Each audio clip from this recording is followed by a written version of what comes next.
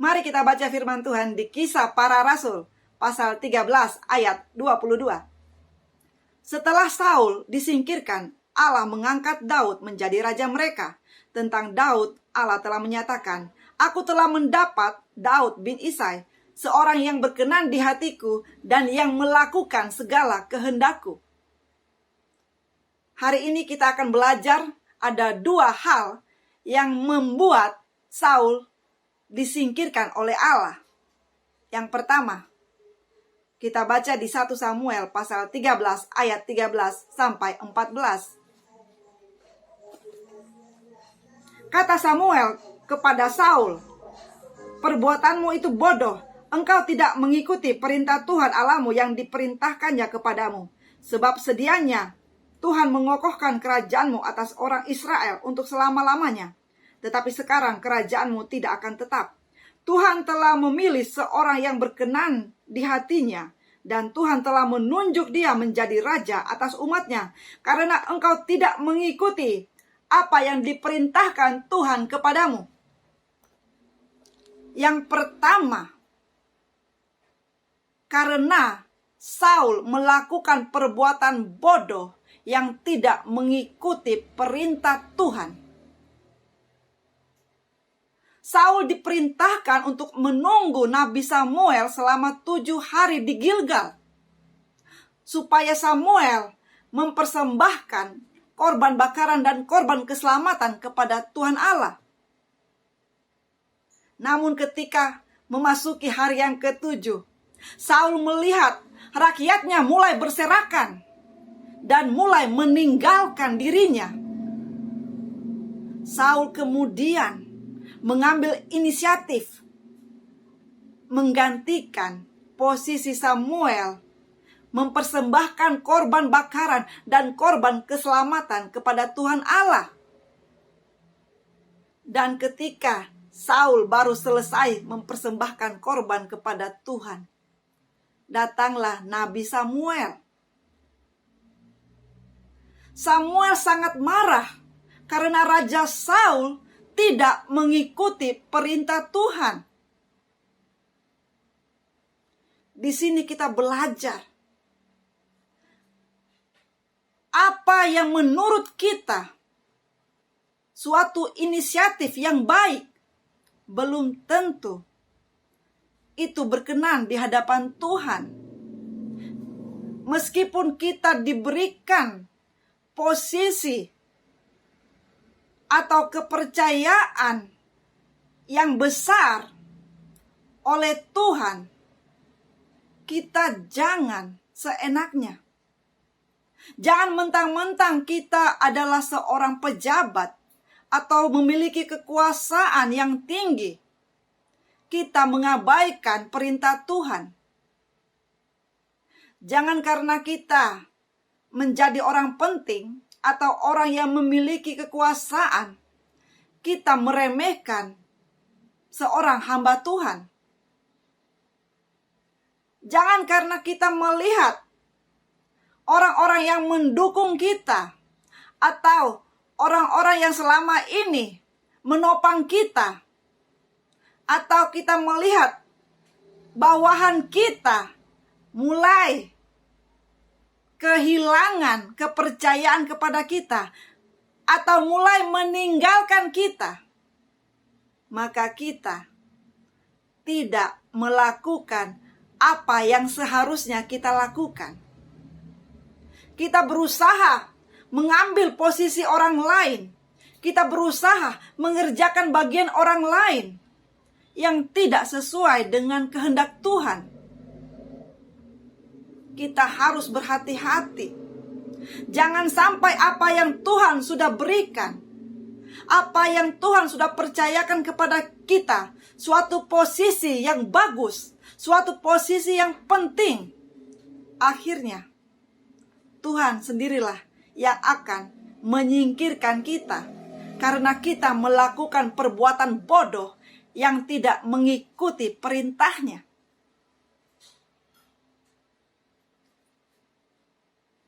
Ingatkan diri kita, apapun posisi kita, jangan pernah kita melakukan atau menggunakan semena-mena pekerjaan atau posisi atau jabatan kita hanya untuk memuaskan diri kita sendiri, hanya untuk supaya kita tetap bisa berada di posisi tersebut. Karena kalau kita sampai melakukan perbuatan bodoh dan tidak mengikuti perintah Tuhan, maka Tuhan sendiri yang akan menyingkirkan kita dari posisi tersebut. Poin yang kedua adalah, mari kita buka di 1 Samuel pasal 15 ayat 26. Tetapi jawab Samuel kepada Saul, "Aku tidak akan kembali bersama-sama dengan engkau, sebab engkau telah menolak firman Tuhan. Sebab itu Tuhan telah menolak engkau sebagai raja atas Israel." Alasan yang kedua kenapa Saul disingkirkan oleh Allah adalah karena Saul telah menolak firman Tuhan. Bagaimana caranya Saul menolak firman Tuhan? Ketika Saul tidak mendengarkan suara Tuhan. Tuhan memerintahkan agar Saul dan orang-orang Israel menumpas habis orang-orang Amalek beserta dengan hewan dan ternak-ternak mereka. Namun, Raja Saul tidak membunuh Raja Agag. Raja Saul dan rakyatnya tidak menumpas habis semua hewan dan ternak-ternak orang-orang Amalek. Mereka mengambil hewan-hewan dan ternak-ternak yang terbaik menurut pemandangan mereka. Alasan mereka itu semuanya sebagai korban persembahan kepada Tuhan. Mereka memiliki alasan bahwa hewan-hewan dan ternak-ternak yang mereka tidak tumpas adalah untuk dipersembahkan sebagai korban di hadapan Tuhan. Padahal perintah Tuhan, tumpas habis orang-orang maupun hewan dan ternak mereka. Kita harus mengerti kebenaran firman Tuhan. Mari kita baca di ayat yang ke-22 dan 23 dari 1 Samuel pasal 15. Tetapi jawab Samuel, "Apakah Tuhan itu berkenan kepada korban bakaran dan korban sembelihan sama seperti kepada mendengarkan suara Tuhan? Sesungguhnya mendengarkan lebih baik daripada korban sembelihan, memperhatikan lebih baik daripada lemak domba-domba jantan. Sebab pendurhakaan adalah sama seperti dosa bertenung, dan kedegilan adalah sama seperti menyembah berhala dan terafim. Karena engkau telah menolak firman Tuhan, maka ia telah menolak engkau sebagai raja." Kita harus mengerti kebenaran firman Tuhan. Kalau Tuhan memerintahkan sesuatu, jangan pernah kita lakukan setengah-setengah. Kita harus melakukan firman Tuhan tepat seperti yang Tuhan mau. Jangan lakukan hanya setengah. Jangan berikan alasan-alasan yang terdengar baik, yang terlihat baik, yang terdengar berhikmat.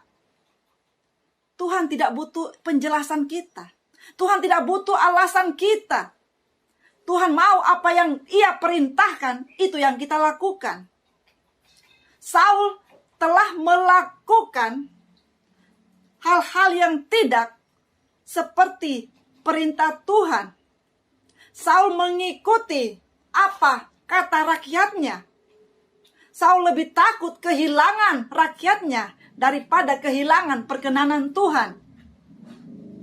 Saul lebih memilih mendengarkan isi hati rakyatnya daripada mendengarkan isi hati Tuhan. Jangan sampai kita disingkirkan oleh Allah karena kita melakukan kesalahan yang sama seperti yang Saul lakukan. Ketika Tuhan memberikan atau mempercayakan kepada kita suatu posisi atau pekerjaan yang begitu bagus, posisi atau jabatan yang begitu penting, jabatan dan posisi yang tinggi, kita jangan pernah memilih menyenangkan hati bawahan kita. Jangan lebih memilih menyenangkan hati banyak orang daripada mendengarkan suara Tuhan.